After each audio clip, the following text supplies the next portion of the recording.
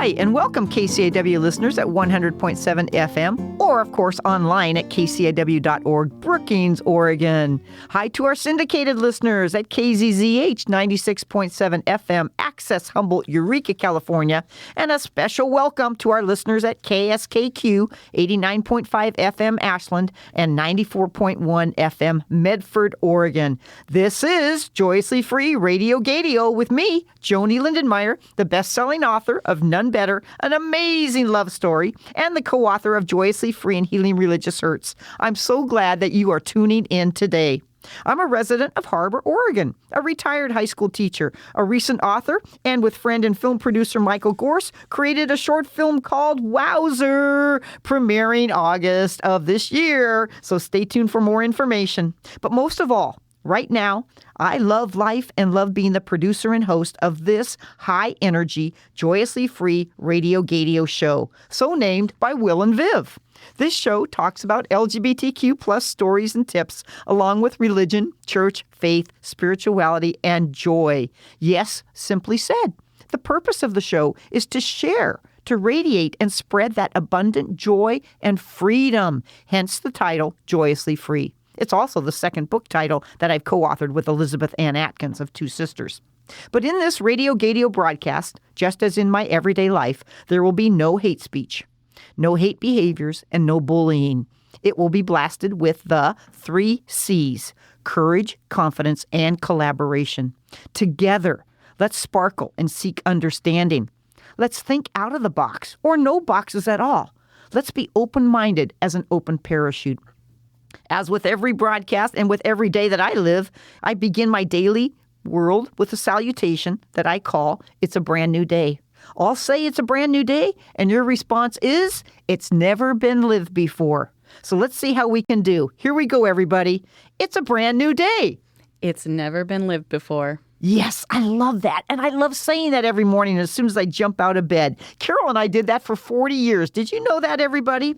Well, our special guest is just sitting just a few feet away. But before we get into hearing her perspective on something really cool going on, let's open our hearts as we ask the divine to shine light on our community and our world. I excitedly believe in hope, in the power of spiritual, and that Jesus, God, Spirit, whatever name you put on a higher being, is always with me and always with you. So be not afraid or troubled, saddened or depressed. That joy and peace are an internal expression of love and harmony that is already deep within us. We only have to reach in and let it out. So let's center ourselves. Take a deep breath in with the good and out with doubt. Again, calmly, breathe in through your nose with hope and out from your mouth with fears. Last one, take a big deep breath in with joy and out with worry or despair. In the name of Mother Earth, Creator God, Jesus Redeemer, and the blowing winds of the Holy Spirit, we say, hi, love, hi, light, hi, Jesus, hi, God. Thanks for being with us on this beautiful day. Well, the quote I chose for today came from my refrigerator, a magnet on my refrigerator, and it says, in quotes, "I am lucky to have a friend like you." That just hit me when I was looking at my refrigerator, actually changing my water filter thingy this morning. I am lucky to have a friend like you. And as I reflected on that in the kitchen, changing my water filter, I thought, yes, how blessed I am to have so many beautiful friends. And not just so many, but dear friends that really, really care about me as a person. Not always what I do or what do I accomplish or my successes, but who I am at the core. And I hope you have friends like that as well, and at least one friend. And then I started to think, you know who my best friend is? My best friend in the whole world is Jesus, because Jesus has always been there for me in so many ways. My second best friend is myself. Since Carol has died, I've been able to become much more independent and strong, and just I enjoy myself. And so wherever you are in your life, just remember you are lucky to have a friend like you. Oh, dear Lord, thanks for lifting us up today. Help us to continue to lift up our friends and our family. May we always do your will, be open to all the ways that you talk to us, from refrigerator magnets to sunsets. Lord, we're here to do your will. Amen. Well, folks, here we go. We are in for a treat today. I admire this person. I consider her a dear friend, and she is nothing better than a executive director at the Threepenny Theater Company. She's the theater director for the Laramie Project. She works at the library. I know her family, and more importantly, she's sitting across right now smiling with twinkling eyes. Everybody, here is Kat Liddell. Well, hi, world. Hi, Joanie. Hi, That's Kat. quite an introduction. Oh, my. Well, you deserve it all. And you're just one of the coolest people I know in this town. And you do so much for everybody and for our community. And so we're going to talk about a lot of different things today. But my heart is I'm so glad you're here. Yeah, I'm glad to be here, too. It's been so great. Just like, I don't know, you've become such a big presence in my life over the last couple of years. And it's just a sparkling thing to have you. I have to tell you. Awesome. Well, thank you. Mm-hmm. Thank you. And your mom and your grandparents and your and Will and Viv and just your family and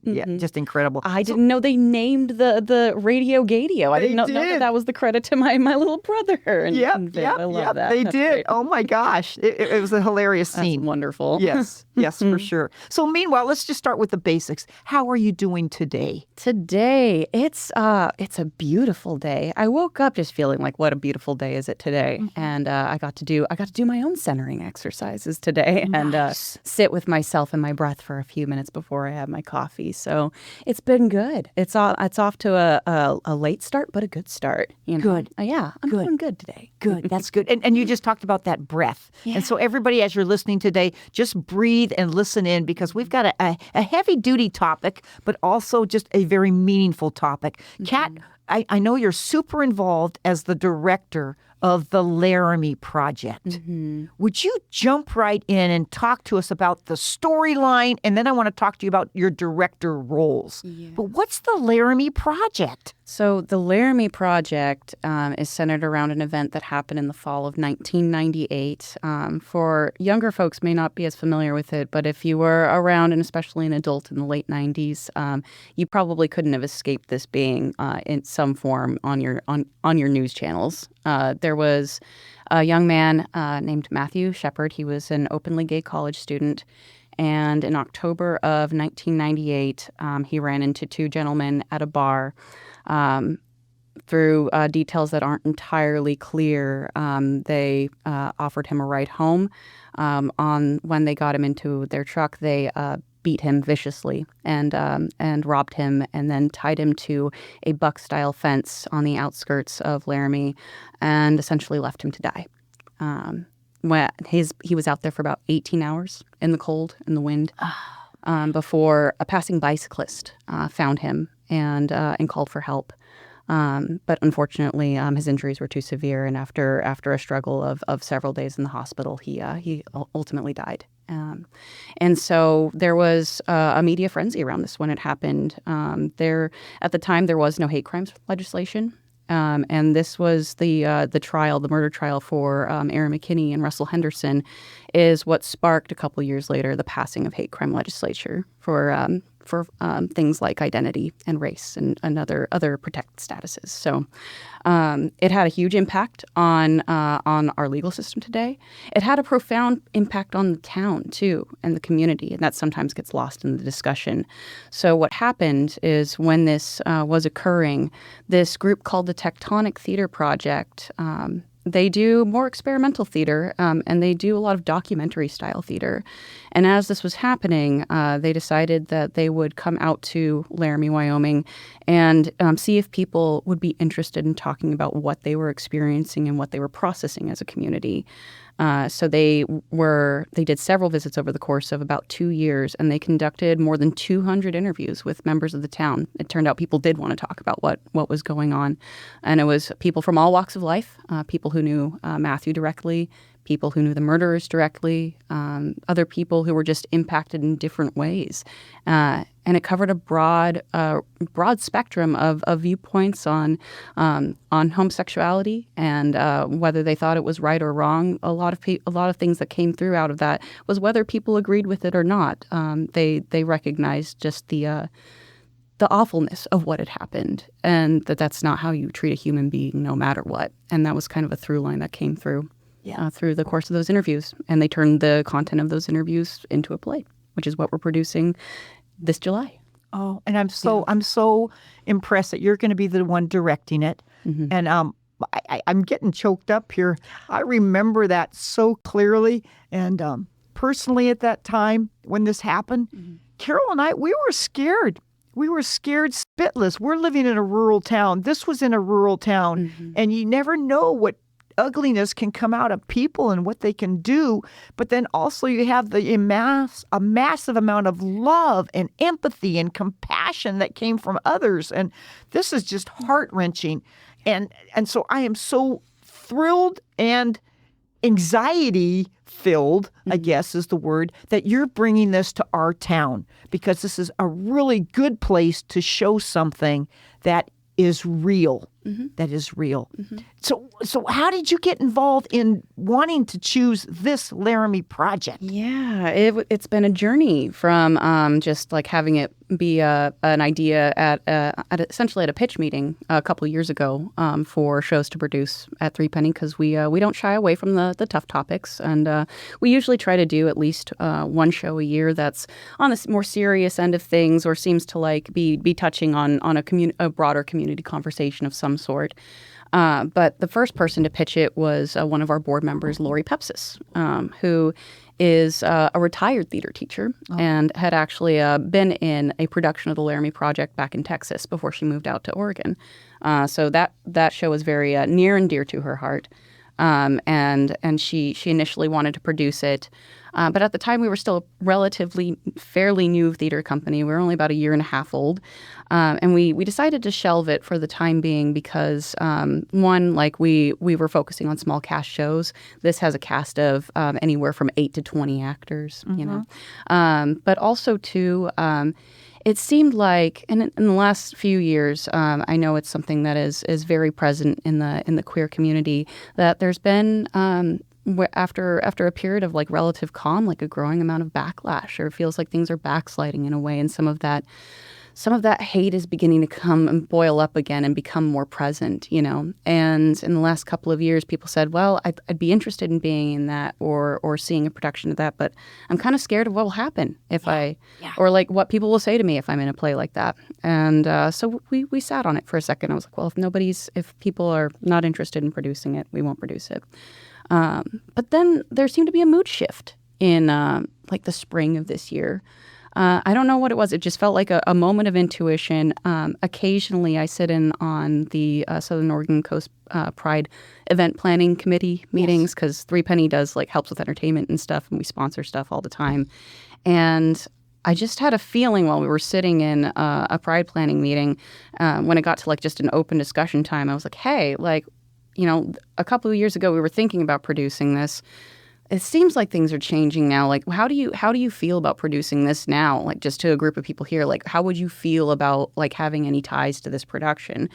And people were like, you know, yes, I think we're ready. And the best way that I can describe it is that, like, in the last couple of years, people have gotten tired of feeling scared and sad. Now they're starting to get a little bit mad and they want to talk about it. Yeah. And so it seemed like the right time to talk about it. Yeah. Yeah. And not just mad about it, but hopeful. And hope, too. There's hope in that as well. Absolutely. Yeah. You know, and I think of that word fear, and I've heard so many acronyms for it. False evidence appearing real.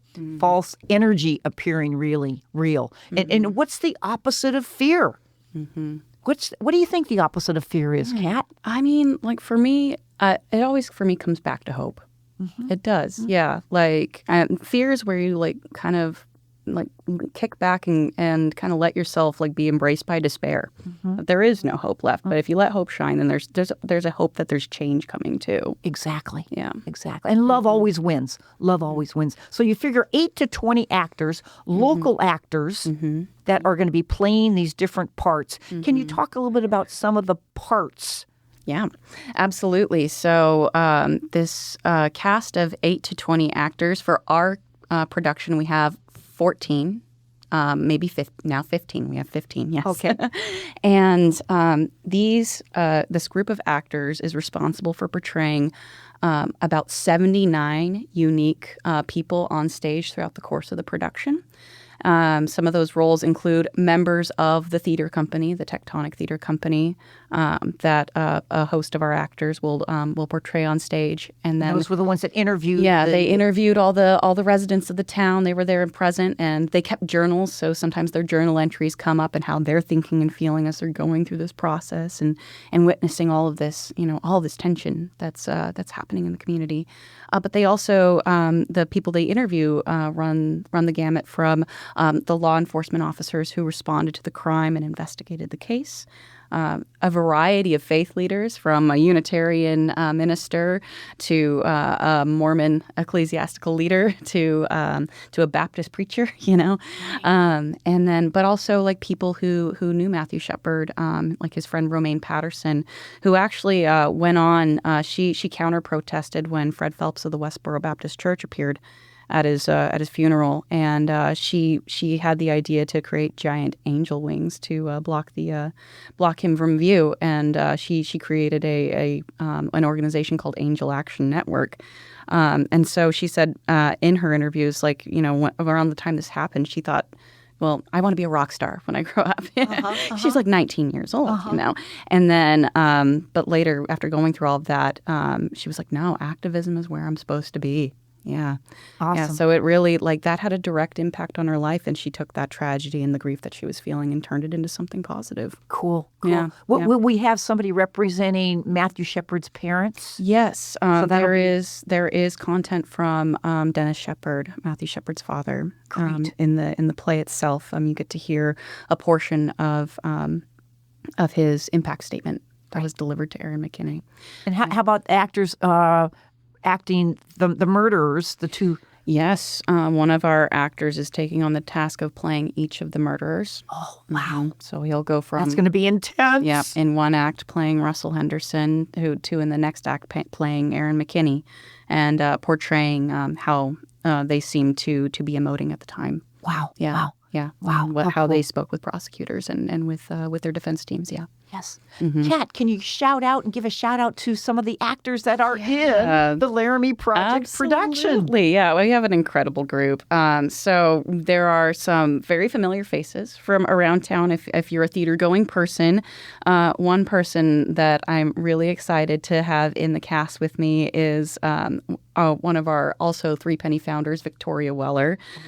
So she is playing several different roles in the production, and she is just such an incredible actress. She is so talented, and she works so incredibly hard.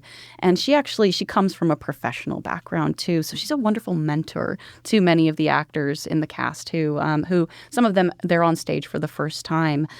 We have some of our folks are new to the stage, like Dylan Vaughn, but he's doing an exceptional job playing one of the sergeants who responded to the case. And then also, we have some familiar faces from local theater. A few years back, when I was thinking, okay, can we pull off the Laramie Project? I was like, well, yeah, we can. We pulled off Rent. We did Rent a few years back, and we have some returning cast members from that. You may recognize Maggie Kinderman, as well as Sarah Castle, who are returning cast members from Rent, and they are just killing it up there. Awesome. Yeah. Awesome. I could go on about each and every one of them, honestly. Good. If you let me. And give us the details. When, where, how much does it cost? I mean, that's the other cool part about this show. So we're a traveling troupe by trade, at least for the time being. And so we our productions can happen at different locations and do happen at different locations. This show's particular venue is going to be happening at the Brookings Harbor Shopping Center in what used to be the old Performing Arts Center. Oh, yes. Yes. Love it. That was especially active in the 1990s, actually, thinking of 1990s-centric things. Yes. So that is a very special spot that is located directly above the DMV at the Brookings Harbor Shopping Center. And the great big parking lot that you can park in. And there is parking available, yes. And it's, sometimes parking can be hard to come by when you rent venues in this town. So the Brookings Harbor Shopping Center. At the Brookings Harbor Shopping Center. And we're just excited to get in there. We're moving in July 1st to build a stage. And it's going to be so great. It's got this like earthy abandoned church feel. But it's running July 17th through July 26th. That's 2 weekends. It's Friday and Saturday performances at 7. We have Sunday matinees at 2 p.m. And doors open about a half hour before showtime. And tickets are $17 for adults, but we have many ways to make theater affordable for people because we know that cost is sometimes one of the biggest barriers for enjoying live theater. So there are discounts available for seniors, students, and veterans. We also have every regular show run we do a Threepenny Friday performance, and that is on the second Friday. You can get tickets, and they are pay what you can. So that can be even if it's nothing at all. If you want to see a play at a reduced cost on the second Friday, and that's our July 24th performance, all you have to do is just go on there and reserve your spot. You can get tickets at threepennytheater.com. Okay. Is there a phone number as well? Yeah. So anybody looking to get in touch and reserve a seat or get a will call ticket, you can also call us at 541-373-0534. Perfect. Let's do it one more time. Let's repeat the dates, the place, the times. Oh, happily. Yes, please. All right. Again, that's the Laramie Project running July 17th through 26th, Fridays and Saturdays at 7, Sundays at 2, happening at the Brookings Harbor Shopping Center. That's 97900 Shopping Center Avenue in Harbor. And you can get tickets by visiting threepennytheater.com or by calling 541-373-0534. Wow. And then meanwhile, I think we need to put out our prayers and our good vibes to you, to the actors that are practicing and rehearsing, because this is a play of tough topic. Yes. And with that comes healing. With that comes forgiveness. Do you want to jump into any of those facets? Yeah. I mean, the thing about this show, too, because, some people say, well, it's hard for me to do dramas. They're just so heavy. There are moments of such, lightness and hope in this as well. And it leaves you thinking, this community had to grapple with, how are we going to let this define us? And many of them said, no, we don't want to let this define us. Yes. And so, for people coming in, expect to encounter healing just as much as you might expect to encounter grief. And think about how you exist in this community and how you can make this a better community to live in by just expressing kindness for others. Absolutely. Yeah, absolutely. Oh, so true. So true. And I am so grateful. I don't think Matthew Shepard probably even saw this coming, that he would be the instigator, the catalyst, the person that would create hate crime legislation that exists today for protecting so many people. Would you jump into that, please? Oh, it's just, it is incredible to me. It's bittersweet, it came at the expense of his life.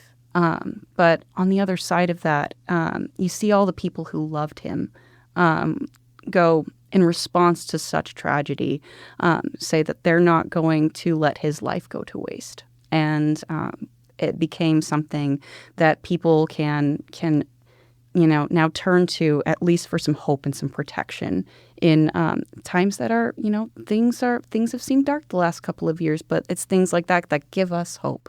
Right. So good. So good. And Kat, I want to jump in here for a minute. I know we're down to about 3 minutes, but please talk to us from your heart about what it's like to direct this play. Ooh, I mean, it's interesting because I never thought I'd be so intimately familiar with a script where I don't actually have lines to learn myself. But it feels like a big responsibility, but it feels like a wonderful opportunity for collaboration with my actors. We've been focused so deeply on not just getting off book and knowing the lines, but like really tapping into who these characters are. And it's been an absolute joy and a privilege to work with all of them and help them walk out on the other side of this becoming better performers than they were when they walked in. Right, Yeah. right. Well, and you're such a good leader. You're such a good listener. I can just see the exudingness of your personality with everybody as well. That's who you are. That's who you are. Thank you. And what are your hopes? Let's end with that. What are your hopes with this project?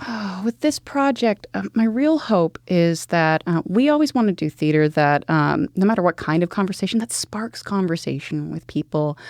We want people to feel excited about going to the theater and feel excited about the next one because this one made them feel something, and they know that they can turn to going to the theater for things that make them feel deeply. Yeah. Awesome. Yeah. Spark conversation. Mm-hmm. That's the key. That's the key. Oh, absolutely. My gosh.